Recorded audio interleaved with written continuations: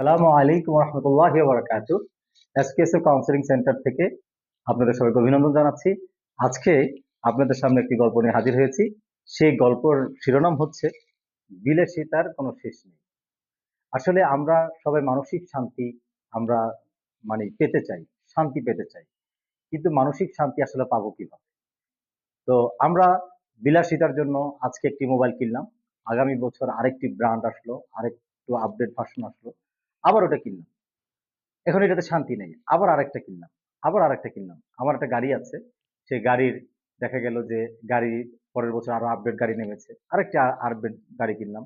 এভাবে আমি কিনতেই থাকবো। কিন্তু মানসিক শান্তি কিন্তু প্রশান্তি কিন্তু আমার পাবো না। এভাবে করতে, করতে একদিন আমাদের বিলাসিতা কিন্তু শেষ হবে না। কিন্তু আমি মৃত্যুর মুখে ঢলে পড়বো। মৃত্যু আমাকে গ্রাস করবে। তাহলে আসলে শান্তি কোথায়? আপনি মনে করছেন আপনার মনকে আপনি বিলাসিতার মাধ্যমে শান্তি দিবেন? আসলে আপনি ভুল করছেন। আপনি কখনোই এই বিলাসিতা করে শান্তি পাবেন না। আসলে শান্তি কোথায় পাবেন? শান্তি পাবেন অন্যের কল্যাণে কাজ করলে, অন্যকে সহায়তা করলে। আপনি আজকে একটি মোবাইল ব্যবহার করছেন, এটা আপনার চলছে। আপনি পরের বছর আরেকটা আপডেট ভার্সন আসলে সেটা কেনার প্রয়োজন নাই।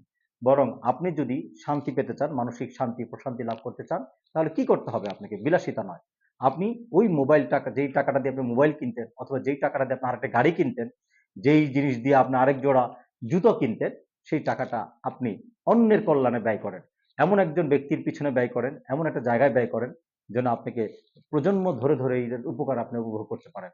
একজনের শিক্ষার ব্যবস্থা করেন, হ্যাঁ? সদকা জারিয়া হিসাবে বিভিন্ন কাজ অবদান রাখেন শিক্ষা খাতে বা বিভিন্ন খাতে স্বাস্থ্যসেবা কত খাত আছে ভালো, সেখানে আপনি অবদান রাখতে পারেন।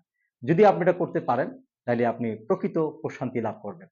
যদি বিশ্বাস আপনি কোথাও করে থাকেন বা বুঝে থাকেন, আপনি আগামীকাল থেকে আমল শুরু করেন, আপনি মানসিক শান্তি এবং প্রশান্তি লাভ করবেন।